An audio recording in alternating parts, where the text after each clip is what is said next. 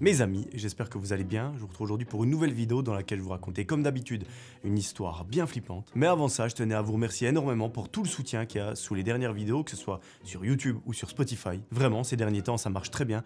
Donc rien que pour ça, un grand merci. Si vous voulez me soutenir, la meilleure chose à faire, je dirais, c'est de liker les vidéos, de vous abonner. Et croyez-moi que rien que ces petites actions, ça m'aide énormément. Voilà, moi je vous prends pas plus de temps que ça pour blablater, vous raconter ma vie, et je vous propose de vous raconter l'histoire de Lucie. À ce moment-là de sa vie, Lucie a 15 ans. Elle a la santé, elle a des amis en or, une famille très sympa. Tous les membres s'entendent bien entre eux, et j'ai envie de dire, avec ça, vous avez tout gagné. À l'école, Lucie s'en sort plutôt bien. Elle a des notes plus ou moins standards. Elles sont pas excellentes, elles ne sont pas mauvaises, elles sont un peu entre deux. Elle réussit, donc j'ai envie de dire, c'est ça qui compte. Malheureusement, on ne sait pas le pays dans lequel tout ça se passe, mais par contre, on a un détail qui est très important, c'est que tout ça se passe pendant les vacances d'été. Un fameux jour, Lucie se rend à l'école, elle retrouve ses amis, elle suit les leçons, et à la fin de la journée, ce n'est pas un moment comme un autre, ça marque le début des grandes vacances d'été. C'est à peu près le moment que chaque élève et chaque étudiant dans le monde attend avec grande impatience. Et bien là, il est enfin là, les vacances d'été peuvent commencer, et naturellement, Lucie, elle se réjouit beaucoup de pouvoir être chez ses parents, de pouvoir sortir un petit peu avec ses amis, d'aller faire les magasins, d'aller traîner en ville ou même sortir un petit peu le soir. Mais malheureusement, vous allez voir que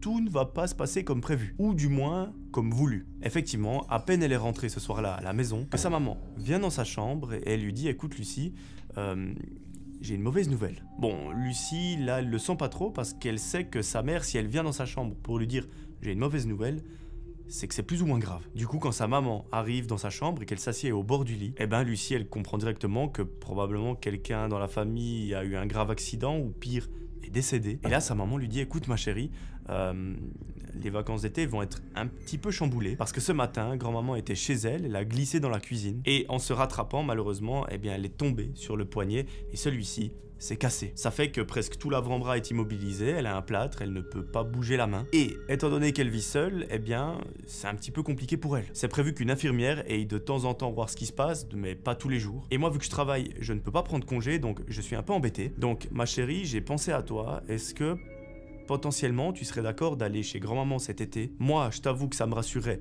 énormément parce que je sais que ma maman est entre de bonnes mains, il y a ma fille qui l'aide, elle a deux mains, elle peut l'aider. Et je pense que niveau moral, ça lui fera beaucoup de bien d'être entourée de sa petite fille, d'avoir une présence et de ne pas être là seule tout le temps à ruminer et de se dire putain, j'ai la main cassée, tout va mal. Donc, s'il te plaît, ma chérie, est-ce que tu es d'accord d'aller passer les vacances d'été là-bas et de profiter chez elle? Les prochaines vacances, on pourra peut-être organiser un voyage pour rattraper ça, mais là, vraiment, j'ai besoin de toi. Je ne vous le cache pas, à ce moment-là, Lucie, elle a grave le seum parce qu'elle se voyait déjà avec ses copines aller en ville, aller faire des achats, etc. Là, on vient lui dire qu'elle doit aller chez sa grand-maman pour passer plusieurs semaines. Et surtout, sa grand-maman, elle habite dans un tout petit village où il n'y a pas beaucoup de monde, il y a encore moins d'activités à faire et surtout, personne qu'elle connaît. Donc autant vous dire que les vacances d'été passent de ça à ça et elle, bon, ça lui plaît pas trop. Mais Lucie, ce qui est vachement cool, c'est qu'à cet âge-là, elle a déjà la maturité de se dire, bon, moi j'ai mes envies, je les mets un petit peu de côté, ma grand-maman est mal, elle s'est cassé le poignet. Ma maman compte sur moi, ça veut dire qu'elle a confiance en moi, donc je ne peux pas refuser. Donc rien que pour ça, Lucie, à 15 ans, c'est déjà exceptionnel de penser comme ça. Parce que moi, à cet âge-là,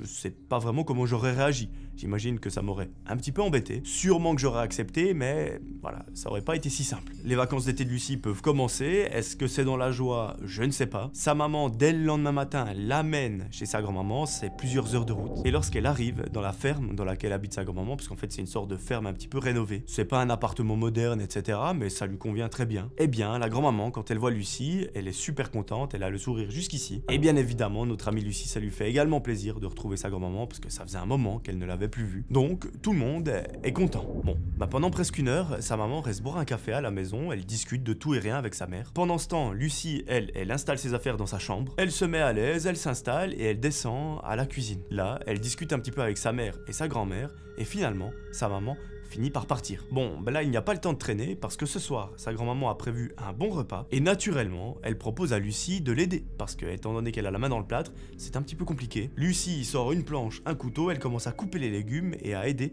sa grand-maman. Évidemment, pendant toute cette activité, les deux femmes discutent. Elle lui demande par exemple comment ça se passe à l'école, est-ce que les notes sont correctes? Est-ce qu'elle a un petit copain? Question à laquelle notre amie Lucie répond non, alors qu'en réalité, elle en a un, mais elle nous explique que c'est pour éviter toutes les questions un petit peu dérangeantes, malaisantes, qui ne la mettent pas à l'aise. Et ça, j'ai envie de dire, on l'a tous fait une fois dans notre vie. Une fois la préparation du repas terminée, elles laissent cuire tout ça, elles vont se poser dans le salon et 1 heure après, elles passent à table. Étant donné qu'on est en été à ce moment-là, les 2 femmes prennent le repas sur la terrasse et l'ambiance est vraiment incroyable. Il fait encore jour, autour d'elle il y a des champs, en face, un peu sur la droite, il y a une sorte de grange qui sert de garage. C'est là où le grand-papa entreposait tous les outils pour la récolte, etc. Mais malheureusement, depuis son décès, il sert de garage et d'entrepôt. Mais vraiment, Lucie, à ce moment-là, elle passe un très bon moment. Une fois le repas terminé, les 2 femmes restent un petit peu au salon et assez tôt dans la soirée, sa grand-maman va se coucher. Lucie, elle n'est pas vraiment fatiguée, elle monte dans sa chambre, elle reste un petit peu sur son téléphone. Et là, elle se dit, mais bon sang, comment est-ce que je vais pouvoir trouver des choses à faire? Comment est-ce que je vais pouvoir trouver des gens à rencontrer? Parce que je ne me vois pas passer des semaines et des semaines à rien faire. Ma grand-maman, je l'aime du fond du cœur, mais passer des semaines comme ça avec elle, je vais m'ennuyer. Elle regarde un petit peu sur les réseaux sociaux s'il y a quelque chose à faire ou quoi, mais malheureusement, la fatigue arrive assez rapidement et notre amie Lucie finit par s'endormir. Le matin, de base, Lucie, elle aime bien dormir assez tard, sauf que là, elle doit s'adapter à la vie de sa grand-maman et le lever, il est à 6h30. Alors, à Lucie, ça lui fait tout drôle, ça lui fait tout bizarre de devoir se lever à l'aube, enfin même si on était à 6h30, le soleil est déjà debout, mais croyez-moi, pour Lucie, de devoir se lever à 6h30 et s'occuper jusqu'à 23h30 minuit, c'est un calvaire, c'est interminable, elle s'ennuie à mourir dès le premier jour. La seule activité intéressante qu'elle a faite aujourd'hui, c'est d'aller se promener dans les champs et de mettre une story sur Instagram. C'est une photo où on voit le champ et derrière une sorte d'église, mais vous allez voir que ce move, ça a changé toutes ses vacances. Est-ce que c'est en bien ou en mal ? On ne sait pas. Elle met sa story, elle continue de marcher dans le champ et à un moment, elle revient dans la ferme de sa grand-maman. À nouveau, en début de soirée, elle l'aide à faire le repas, elle mange avec elle regarde un petit film. Et quand sa grand-maman va au lit, elle monte dans sa chambre et elle continue de scroller un petit peu sur son téléphone. Lorsqu'elle ouvre un réseau social, elle voit qu'elle a un message privé d'une de ses très bonnes amies et vous allez voir, ça va lui faire extrêmement plaisir. Ce message, c'est sa pote qui lui dit « Mais attends, je suis dans le village juste à côté. Tu m'avais pas dit que t'allais là, tu m'as dit que tu restais chez ta maman, que t'allais profiter avec tes amis. Qu'est-ce que tu fous dans le village juste à côté de moi qui est complètement perdu ?» Là, quand elle dit ça, notre amie Lucie est refaite parce qu'elle ne savait pas que sa pote était dans le village juste à côté. Et il lui faut approximativement 14 à 15 secondes pour lui dire « Écoute, dès demain, on va faire que des activités ensemble, tous les jours on va se voir, même le soir, si tu veux venir manger chez nous, tu viens. Carrément, tu peux venir dormir, ça serait trop cool, mais s'il te plaît, ne me laisse pas toute seule parce que pendant plusieurs semaines, je dois rester là, à aider ma grand-maman, et je vais juste mourir d'ennui. » Bon, les 2 copines continuent de discuter pendant plusieurs heures, jusqu'au moment où la fatigue emporte Lucie. Le lendemain matin, notre amie se réveille, elle s'occupe pendant la matinée. À midi, elle prend le repas avec sa grand-maman et elle lui parle de son amie qui est dans le village juste à côté. Et elle lui demande, grand-maman, est-ce que tu serais d'accord que mon amie nous rejoigne, qu'elle prenne des repas avec nous et que potentiellement, elle dorme avec moi? Parce que voilà, on s'amuserait beaucoup plus à 2 et moi, ça me ferait super plaisir. Sa grand-maman, elle n'hésite pas vraiment, elle lui dit, écoute ma chérie, si ça peut te faire plaisir, bien évidemment, on a une ferme complète pour nous 2, on a bien la place pour une 3e personne. Lucie est trop contente, elle s'empresse directement de sortir son téléphone et d'écrire un message à sa pote pour lui dire que tout fonctionne et que sa grand-maman est d'accord de l'accueillir. Elle termine le repas et plus tard, dans la journée, Lucie reçoit un message de sa pote qui lui dit « Écoute, j'ai regardé avec mes parents, ils sont aussi d'accord. » Ces vacances d'été, à la base, ça devait être des vacances un petit peu ennuyantes, un petit peu chiantes. Finalement, peut-être qu'elles vont se transformer en les meilleures vacances qui existent. Vers 19h, quelqu'un vient sonner à la porte de la ferme et vous vous doutez de qui c'est la pote de Lucie qui vient les rejoindre. Elle est avec son gros sac, elle est prête à passer plusieurs semaines ici dans la ferme. Elle salue la grand-maman, Lucie l'amène dans la chambre pour lui montrer où elle va vivre. Elle la fait déballer ses affaires et tout à coup, la grand-maman les appelle pour aller manger. Elles prennent le repas ensemble, elles discutent dans le salon toutes les 3 et quand la grand-maman va au lit, les 2 femmes remonte dans la chambre. Mais ce soir-là, l'idée ce n'est pas de rester dans le lit, de scroller sur les réseaux sociaux ou de regarder des vidéos sur YouTube. Les 2 femmes ont un autre plan. Elles ont envie d'aller explorer le village de nuit. Ça leur met des frissons, ça leur permet de découvrir, c'est vraiment ce qu'elles veulent faire. Elles attendent que la nuit tombe vraiment, que leur téléphone soit chargé complètement. Et vers 1h du matin, elles sortent de la chambre, elles descendent les escaliers, elles sortent de la ferme et elles commencent à naviguer à pied et elles commencent à marcher dans le village. L'un des endroits qui les attire le plus, c'est cette fameuse église qu'on a vue sur la story de Lucie. Elle doit se trouver à quelques centaines de mètres à pied. Elle décide d'y aller par les champs, sauf qu'elle nous raconte que des champs de maïs la nuit, c'est quelque chose à se faire dessus. Il y a des bruits bizarres, il y a des choses qui bougent toutes seules, les épis de maïs sont très hauts. À tout moment, vous voyez un mec qui vous saute dessus, enfin, c'est super bizarre. Une fois qu'elles arrivent à l'église, l'ambiance est également particulière parce qu'il y a un cimetière à côté, c'est pas la chose la plus rassurante au monde. Elles profitent de faire le tour, elles prennent quelques photos et elles décident de rebrousser chemin. Une fois sorties du champ, au lieu de retourner à la ferme et d'aller se mettre au lit, elles vont à gauche, il y a une sorte de forêt. Elles vont à l'entrée de celle-ci, elles font quelques mètres, puis là elles se disent bon, on va être raisonnable, on n'a pas vraiment de lampe de poche à part celle de notre téléphone, on n'a pas de quoi se défendre, on n'a pas de quoi se repérer, donc on va juste faire quelques mètres, on va regarder ce qui se passe, on recule et on ira un autre jour. Surtout quand il y a de la lumière, quand il fait jour, parce que si on se perd, c'est un petit peu plus simple que d'être là en pleine nuit, d'être complètement paumé et que ça rende le tout très compliqué. Pour ça, franchement, elles ont été raisonnables.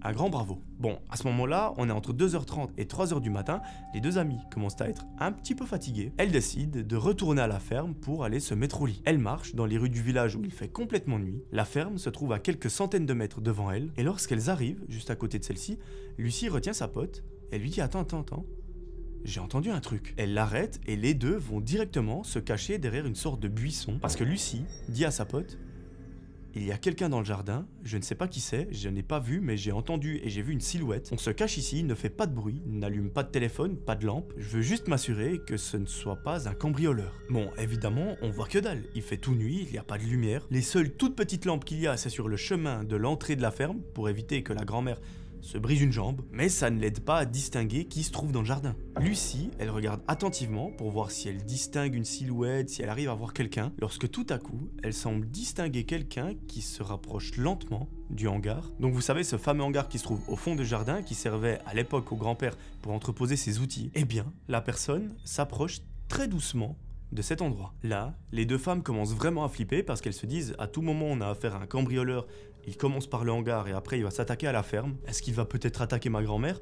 Je ne sais pas, mais j'espère pas. Et surtout, nous, il ne faut pas qu'on se fasse repérer parce qu'on ne sait pas ce qui peut arriver. Lucie, lorsqu'elle voit que la personne entre dans le hangar, parce qu'il n'y a aucune chaîne, aucune protection, aucun cadenas, c'est une porte où monsieur et madame tout le monde peut entrer, eh bien, lorsque les deux femmes voient que la personne est entrée dans le hangar, elles décident de s'approcher tout doucement, encore un peu plus, tout en restant à une certaine distance de sécurité. Et là, un détail qui va avoir toute son importance et qui fait très bizarre, c'est que la personne allume une petite lampe dans le hangar. On pourrait se dire que c'est un détail anodin, sauf que ça montre que la personne sait exactement où est l'interrupteur. Et là, Lucie le comprend très vite. Elle commence à se poser des questions, elle essaye de regarder de plus en plus pour voir qui c'est, et lorsqu'elle voit de qui il s'agit, elle commence vraiment à bader. La personne qui est dans le hangar, ce n'est tout autre que sa propre grand-maman. Là, il y a une chose qui traverse l'esprit de notre amie Lucie, on ne sait pas exactement quoi, elle ne saurait pas vraiment le décrire, mais au lieu d'aller vers sa grand-maman pour lui dire « mais qu'est-ce que tu fais ?», elle décide de ne rien dire, de se taire, de ne pas se montrer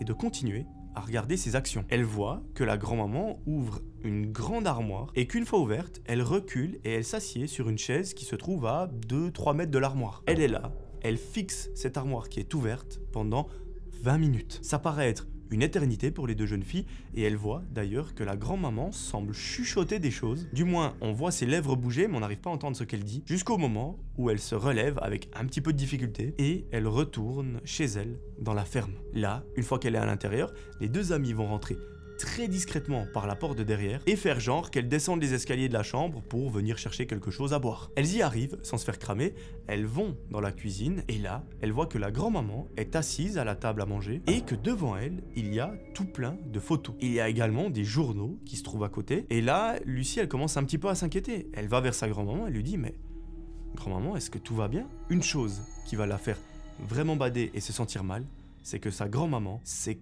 comme si elle avait changé de personnalité. Elle a réagi d'une façon comme si elle venait de se faire rattraper sur le fait, comme si, purée, quelqu'un m'a vu alors que personne n'était censé voir ce que je viens de faire. Quand elle voit Lucie et sa pote lui parler, elle essaye de prendre les photos, de les mélanger, de faire en sorte que personne ne les voit. Les journaux, elle les pousse par terre et elle dit à Lucie « mais qu'est-ce que vous faites là? Vous êtes censé dormir. » Notre amie fait genre de rien, elle lui dit « excuse grand-maman, on voulait pas te déranger, on est juste venu chercher quelque chose à boire.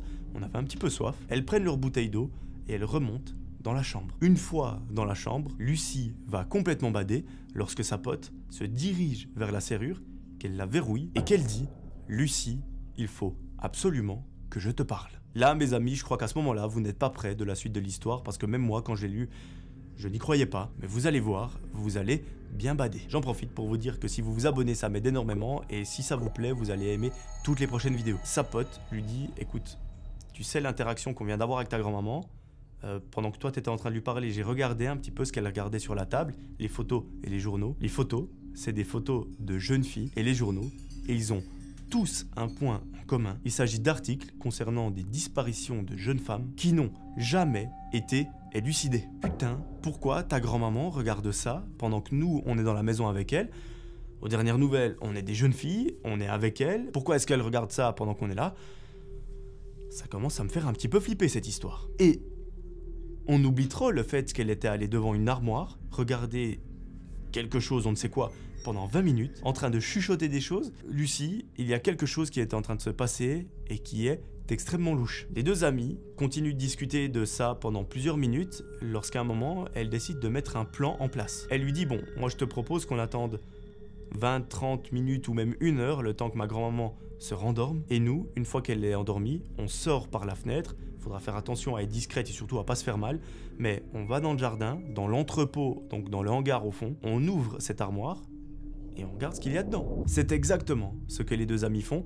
Elles sortent par la fenêtre, elles vont discrètement dans le jardin, elles entrent dans le hangar, elles prennent très soin de fermer la porte, elles allument la petite lumière et elles ouvrent cette armoire. Dans cette armoire, il y a des choses très glauques. À première vue, ça n'a pas l'air glauque, mais en sachant ce qu'elles regardaient sur la table à manger, là, elles comprennent très vite. Il y a des tiroirs sur lesquels il y a une étiquette, sur laquelle il est écrit un prénom, donc chaque tiroir a une étiquette avec un prénom. Elles regardent un par un les petits tiroirs. Une fois, c'est des chaussures, une fois, c'est un t-shirt, une fois, c'est un pyjama. Au total, elles nous expliquent qu'il y a 5 tiroirs. Elles les passent un par un, mais arrivées à l'avant-dernier, elles se retournent complètement paniquées parce qu'elles ont entendu un gros bruit. Ce gros bruit, c'est tout simplement la porte du hangar qui vient de s'ouvrir. Je vous raconte ça, j'ai la chair de poule, je mens pas, vous pouvez zoomer, vous pouvez faire ce que vous voulez, mais j'ai vraiment la chair de poule. Dans le cadre de la porte, on distingue une silhouette.